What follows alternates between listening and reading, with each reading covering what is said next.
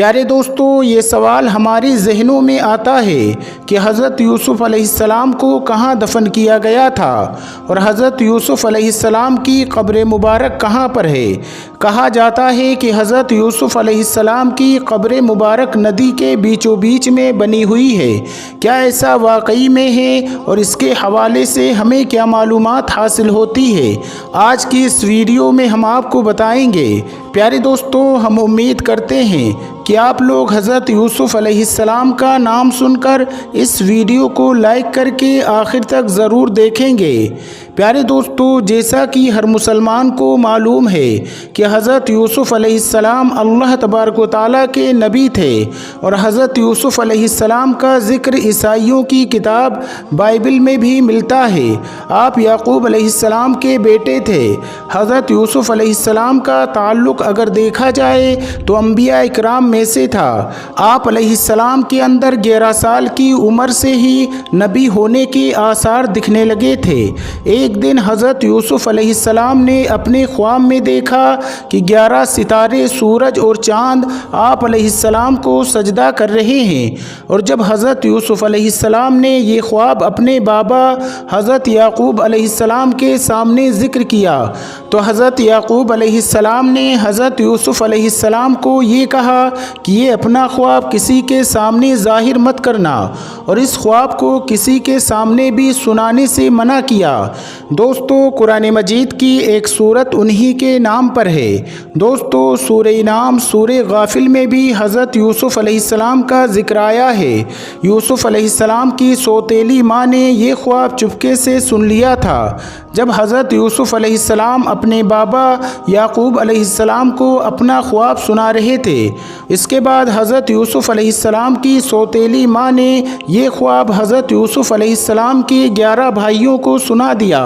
اور اس پر حضرت یوسف علیہ السلام کے بھائی، جن کا نام یہودا تھا، انہوں نے کہا کہ خواب میں سورج، چاند، ستارے، مطلب ہے سورج کو باپ اور چاند کو ماں، اور ستارے یعنی بھائی، یعنی ہم ہیں، یعنی یوسف سے ہم حقیر ہیں، حقیر سمجھتا ہے اور بابا کو ہم سے چھیننا چاہتا ہے۔ حضرت یوسف علیہ السلام کے بھائی اس خواب کے بعد ان سے حسد کرنے لگے، اور ایک دن حضرت یوسف علیہ السلام کے بھائی حضرت یوسف علیہ السلام کو اپنے ساتھ صحرا لے گئے، اور وہاں پر حضرت یوسف علیہ السلام کے بھائیوں نے حضرت یوسف علیہ السلام کو مار مار کر زخمی کر دیا، اور آپ علیہ السلام کے ایک بھائی، جن کا نام یہودا تھا، انہوں نے خنجر نکال کر قتل کرنے کی بھی کوشش کی۔ اس پر آپ کے سب سے بڑے بھائی نے اپنے بھائیوں کو ایسا کرنے سے منع کیا، اور آپ کے زخموں سے خون کو صاف کرنے لگے۔ پھر بڑے بھائی اپنے سبھی بھائیوں سے یوسف کو چھوڑ دینے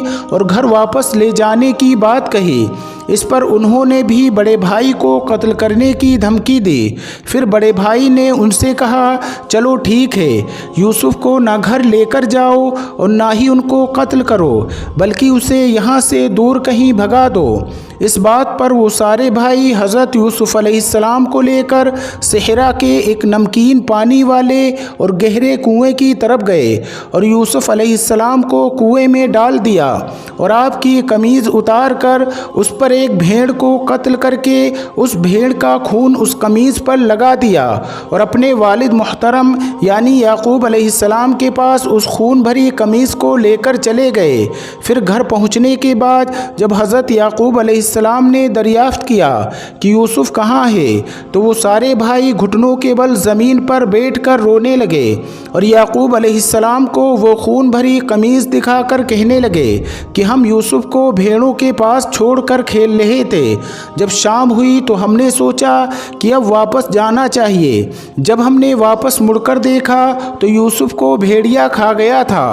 دوستو، یہ بات سن کر حضرت یعقوب علیہ السلام روتے روتے اپنے حجرے میں تشریف لے گئے، اور کچھ ہی لمحے کے بعد واپس آئے اور فرمانے لگے کہ یوسف کو بھیڑیا کھا گیا ہے، تو یوسف کی قمیض کیوں نہیں پھٹی ہے؟ یہ سننے کے بعد حضرت یوسف علیہ السلام کے بھائیوں کے پاس کوئی جواب نہیں تھا۔ پھر کچھ دیر بعد یہودا نے کہا کہ بابا، ہم تو خود اس بات سے حیران ہیں۔ تو پھر یعقوب علیہ السلام نے فرمایا کہ اے میری اولاد، توبہ کر لو، اللہ سب جانتا ہے۔ اس کے بعد حضرت حضرت یعقوب علیہ السلام کافی عرصے تک اپنے بیٹوں سے ناراض رہے، یہاں تک کہ ان کے بیٹوں کی اولاد تک ہو گئیں، اور دوسری طرف حضرت یوسف علیہ السلام کو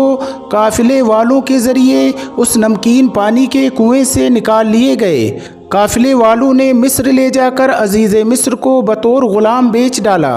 عزیز مصر نے انہیں اچھی طرح رکھا۔ دوستو، آپ یہ بات جانتے ہوں گے کہ حضرت یوسف علیہ السلام بے حد حسین اور بے حد خوبصورت تھے، اس لیے عزیز مصر نے حضرت یوسف علیہ السلام کو اپنے گھر میں رکھا، اور وہیں پر حضرت یوسف علیہ السلام جوان ہو گئے۔ جوانی اور خوبصورتی کے عالم میں عزیز مصر کی بیوی، جس کا نام زلیخا تھا، وہ حضرت یوسف علیہ السلام کے عشق میں مبتلا ہو گئیں، اور وہ چاہنے لگیں کہ حضرت یوسف علیہ السلام سے جنسی تعلق بنائیں۔ اس کے بعد زلیخا نے حضرت یوسف علیہ السلام کو اپنے کمرے میں بلوایا، اور زلیخا نے اپنی خواہش کا اظہار حضرت یوسف علیہ السلام سے کیا۔ حضرت یوسف علیہ السلام نے اس کی خواہش رد کر دی، اور پھر عزیز مصر کی بیوی زلیخا نے حضرت یوسف علیہ السلام کے ساتھ زبردستی کرنی چاہی، پر حضرت یوسف علیہ السلام دروازے کی طرف بھاگے۔ دوستو، جس کمرے میں زلیخا رہتی تھی، اس کمرے میں اندر داخل ہونے کے لیے بڑے بڑے 7 دروازے ہوا کرتے تھے، اور وہ اتنے بڑے تھے، بہت مضبوط تھے۔ اور جب حضرت یوسف علیہ السلام کو زلیخا نے کمرے کے اندر بلایا تھا تو ان 7 کے 7 دروازے بند کر دیے تھے، اور جب زلیخا نے زبردستی کرنے کی کوشش کی تو حضرت یوسف علیہ السلام دروازے کی طرف بھاگے، اور اللہ تبارک و تعالیٰ کے حکم سے 7 کے 7 دروازے خود بخود کھلتے چلے گئے، اور آخر دروازے پر حضرت یوسف علیہ السلام نے عزیز مصر کو کھڑا پایا، اور زلیخا بھی اتنے میں وہاں آئی، اور اس نے جلدی چالاکی سے عزیز مصر سے کہا کہ جو تیرے گھر میں برائی کا ارادہ کرے، یا تو اسے قید کیا جائے یا پھر سخت سزا دی جائے۔ تو پھر یوسف علیہ السلام نے فرمایا، عزیز مصر معاملہ اس سے الگ ہے، یعنی الٹا ہے، یہی مجھ کو اپنا مطلب پورا کرنے کے لیے پھسلاتی تھی۔ اس موقع پر زلیخا کے خاندان کے ایک چھوٹے سے بچے نے، ایک دودھ پیتے بچے نے یہ گواہی دی تھی کہ یوسف علیہ السلام کی قمیض اگر آگے سے پھٹی ہے تو زلیخا سچی ہے، اور اگر قمیض پیچھے سے پھٹی ہے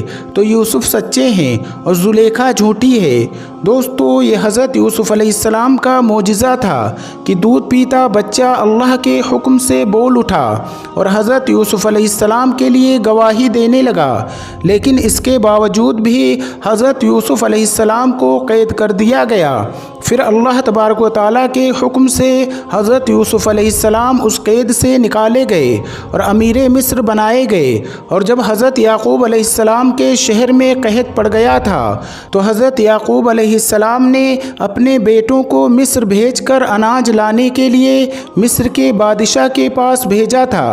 پیارے دوستو، جیسا کہ آپ سبھی کو پتہ ہے کہ حضرت یوسف علیہ السلام مصر کے بادشاہ بن گئے، یہ بات نہ تو حضرت یعقوب علیہ السلام کو پتہ تھی اور نہ ہی ان کے بھائیوں کو پتہ تھی۔ تو جب حضرت یوسف علیہ السلام کے بھائی جب مصر غلہ لینے آئے تو انہوں نے اپنا پیالہ غلے میں رکھ دیا اور اپنے بھائی بنیامین کو روک لیا، اور اس طرح حضرت یوسف علیہ السلام نے اپنی قمیض کو اپنے بھائی کے ہاتھ اپنے والد محترم تک پہنچایا، اور اس طرح حضرت یوسف علیہ السلام کے غم میں رو رو کر حضرت یعقوب علیہ السلام کی جو بینائی چلی گئی تھی، یعنی آنکھوں کی روشنی چلی گئی تھی، وہ اس قمیض سے واپس آ گئی۔ دوستو، حضرت یوسف علیہ السلام نے 120 سال کی عمر پائی تھی۔ حضرت یوسف علیہ السلام کی قبر مبارک کے بارے میں ایک بہت ہی دلچسپ واقعہ ملتا ہے۔ جب فرعون مصر میں بنی اسرائیل کو بہت تنگ کرنا شروع کیا، ان سے طرح طرح کے کام لیا کرتا تھا، ان کو مارتا تھا، ان کو دکھ پہنچاتا تھا، اس وقت حضرت موسیٰ علیہ السلام